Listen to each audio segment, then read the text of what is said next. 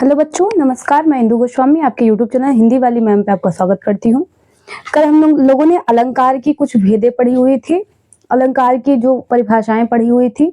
कक्षा 10 की UP CBSE board की कक्षाएं शुरू होने के कारण एक दिन आपकी गैप गई थी।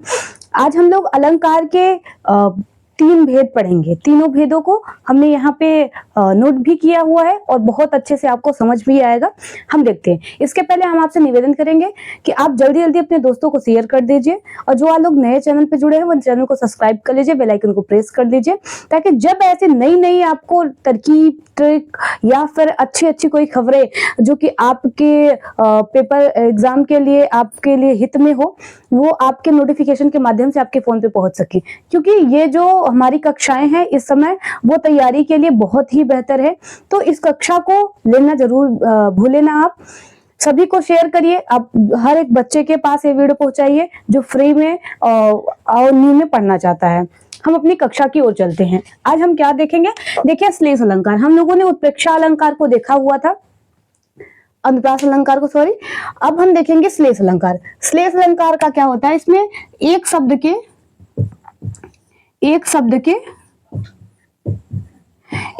के अनेक अर्थ हो, अनेक या दो से अधिक अर्थ हो, उसे क्या कहते हैं? श्लेष अलंकार कहते हैं। उसे क्या कहते हैं? श्लेष अलंकार कहते हैं। जहां एक शब्द के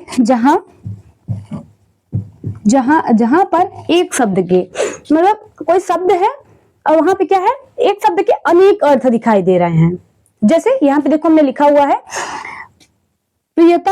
प्रियतमा बतला दो मेरा लाल कहाँ। अब एक लाल का होता है क्या? पुत्र होता है। क्या होता है? मेरे साथ बोलिए। एक लाल का होता है पुत्र और एक लाल का क्या होता है? रत्न। क्या होता है? रत्न। एक लाल का पुत्र होता है और एक लाल का क्या होता है? रत्न होता है। फिर कह रहा है, बारे उजियारो करे बढ़े अंधेरो होए। क्या कह रहा है? कि बारे उजियारे होए करे बढ़े अंधेरो होए। मतलब बड़े तो उजियारा होता है, लेकिन जब बढ़ता है तो क्या होता है? अंधेरा होता है। मैं एक एग्जांपल देखिए, ये तो एग्जांपल ठीक है, मैं आपको बात बता दूं। जैसे बढ़ने का मतलब है कि जब वो बढ़ता है कोई चीज, मतलब कोई आप लाइट जलाइए तो वहां पे जब एक मोमबत्ती को जलाएंगे तो उजियारा होगा, अंधेरा दूर होगा। लेकिन जब कोई बढ़ता है तो उसका सत्यानाश तय है। कैसे? आपने कभी देखा हुआ है जब कमल का पेड़ या फिर किसी जब बहुत बड़ा होता है कमल का पेड़, क्या होता है?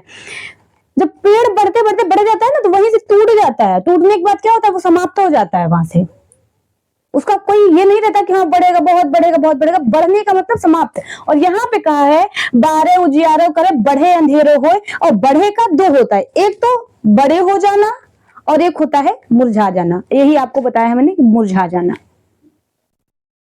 जब वो टूट के नीचे गिर जाता है तो कैसा होता है? मुरझा जाता है। और एक होता है कि बढ़े अंधेरो होए, मतलब बढ़ना होता है। अब देखिए, अब हम देखते हैं विप्सा अलंकार। हमें उम्मीद है कि आपको श्लेष अलंकार पूरी तरह से समझ में आएगा। श्लेष अलंकार याद रखिए, जहां पे एक ही शब्द के दो अर्थ आ जाए या दो से अधिक आ जाए तो वहां पे क्या होगा? श्लेष अलंकार होगा। अब हम देखते हैं कि विप्सा अलंकार क्या होता है। विप्सा अलंकार आपका होता है कि जहां पर अत्यंत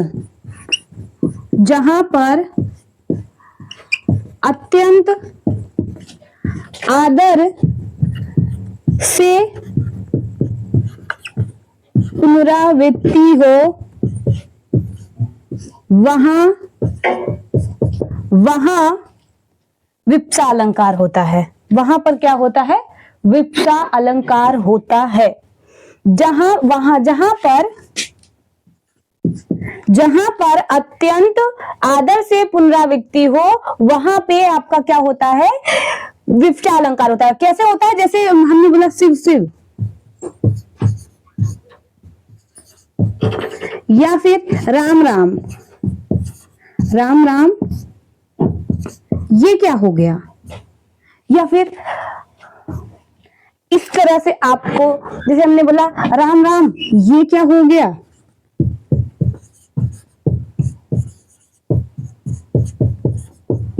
तो ये क्या है बताइए?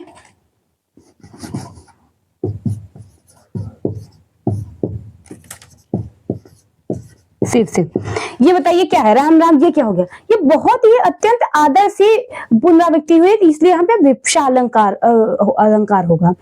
अब हम देखेंगे वक्रोक्ति अलंकार। वक्रोक्ति अलंकार क्या होता है कि जहां पर जो वक्ता श्रोता कह रहा है और जो वक्ता पाठक कह रहा है और श्रोता सुनने में, जहां वक्ता के कहने का उल्टा मतलब श्रोता निकाले, मतलब निकाले, वहां क्या होता है? वक्रोक्ति अलंकार होता है। अब आप कहेंगे ऐसे कैसे समझ में आएगा कि जहां पर वक्ता कहने, मतलब जैसे मैं आपसे कहा, कोई बात कहा हमने, आपने देखा होगा कई बार ऐसा होता है कि हमने सुनने में फर्क होता है, नहीं सुन तो हम लेते हैं लेकिन समझने में फर्क होता है। जैसे हमने बोला किसी लड़के को, आप बोल रहे हैं कि कोई लड़का है और उसको बोला हमने कि यहाँ पे देखिए उदाहरण लिखा है, राम जाओ मत बैठो, राम जाओ मत बैठो, और यहाँ पर हमने लगा ऐसे ही लिखा है तो ठीक है, यहाँ पे लिखा है जाओ मत बैठो, तो आपका क्या हो गया? ये याद रखिएगा, ये चिन्ह आपको बेकार कर देगा सेंटेंस, राम जाओ मत बैठो। तो ये सुनने में आपको अलग लग रहा होगा, लेकिन सुनिए इसको ध्यान से देखो, राम जाओ मत बैठो मतलब जाओ मत बैठो, और उसने सुन लिया कि तुम जाओ बैठो मत, इस प्रकार से। फिर यहां पे लिखा है कौन दरवाजे पर रानी मैं कोमल, कौन दरवाजे पर रानी मैं कोमल, मतलब सुनने में हमें फर्क हो जाए। जैसे हमने बोल दिया कि आपको सबसे अच्छा उदाहरण ये बहुत ही अच्छा है कि राम जाओ मत बैठो। जैसे हमने बोला कि तुम निकलो रुको मत, मत रुको मतलब हमने बोला तुम निकलो मत रुको, मेरा कहने का सेंस जो है तुम निकलो मत रुको, तुम निकलो मत, कॉमा लगाओ, रुको रुको मत रुको मत निकलो, ऐसा कहना है। लेकिन उसने सुना कि तुम निकलो, यहां रुकना मत, इस प्रकार से। एक बार हम फिर देखते हैं, श्लेष अलंकार में होता है जहां एक शब्द एक शब्द के दो अर्थ होते हैं। एक और आपका है, आपसे हम एक पूछेंगे, आप हमें बताइएगा जरूर कि रहमन पानी राखिए बिन पानी सब सुन, पानी गए न ओबरे मोतिस मानुष चुन, ये आप लोग बताइएगा कि इसमें कौन सा अलंकार है। और इस कक्षा को, अगर ये कक्षा अच्छी लगी हो तो जरूर शेयर करिए, सब्सक्राइब करिए, बेल आइकन को प्रेस करिए। आपसे यही हमें उम्मीद है कि चैनल पे प्यार बनाइए और इस चैनल को आप ज्यादा से ज्यादा शेयर करिए ताकि हर बच्चे तक ये चैनल पहुंच सके। धन्यवाद बच्चों। ऐसे नई छोटी छोटी कक्षाएं और आपको अच्छी लगे तो जरूर शेयर करिएगा। कल हम अलंकार की अर्थालंकार, यमक अलंकार बचा हुआ है, उसको खत्म करते ही हम लोग अर्थालंकार की ओर चलेंगे और कल की कक्षा में हम समाप्त कर लेंगे। धन्यवाद बच्चों।